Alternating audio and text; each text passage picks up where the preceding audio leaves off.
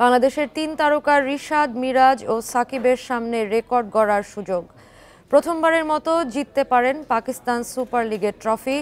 ফাইনালে তাদের প্রতিপক্ষ কোয়েটা গ্ল্যাডিয়েটর্স। খেলা শুরু বাংলাদেশ সময় রাত 8:30টায়। বিদেশি ট্রফি জেতার নজির আছে সাকিবের, আছে নানা অর্জন। রিশাদও জিতেছেন গ্লোবাল সুপার লিগ, যদিও রংপুরের হয়ে। বিদেশি লিগ ও দেশের বাইরের দলের হয়ে জয়ের রেকর্ড নেই। মিরাজ তো এখনও একটা ম্যাচও খেলতে পারেননি। তবে ৩ তারকা এক হয়ে একটা ট্রফি জিততে পারেন। সেই স্বপ্নের ট্রফি থেকে মাত্র এক ধাপ দূরে আছেন ৩ টাইগার্স। এমন ম্যাচে সাকিব ও রিশাদ দুইজনে থাকতে পারেন একাদশে। মিরাজের থাকার সম্ভাবনা নেই বললেই চলে। কষ্ট করে ৪ নম্বর দল হয়ে প্লে অফে ওঠে লাহোর কালান্দার্স। সেখান থেকে টানা ২ জয়ে ফাইনালে। ৪ বছরে ওদের তৃতীয় ফাইনাল।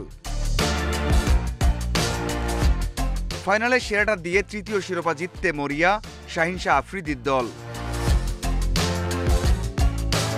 অন্যদিকে দারুণ ধারাবাহিক কোয়েটা গ্ল্যাডিয়েটর্স। তারা একমাত্র শিরোপা জিতেছে ২০১৯ সালে।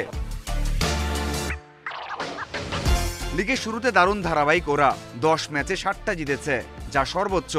ফাইনালও নিশ্চিত করেছে এক সুযোগে। দুই দলের লিগ ম্যাচের একটা হয়েছে পরিত্যক্ত, আর একটা জিতেছে লাহোর। ফাইনালে কোয়ালিফায়ার অবশ্য জিতেছে কোয়েটা। পারফরম্যান্স, পরিসংখ্যান অথবা উইকেট, কোনো কিছুতেই বেশি গুরুত্ব দিচ্ছে না দুই দল। সর্বোচ্চ দিয়ে শিরোপা নিশ্চিত করতে চায় কোয়েটা ও কালান্দার্স। নাজহারুল ইসলাম, ইন্ডিপেন্ডেন্ট নিউজ।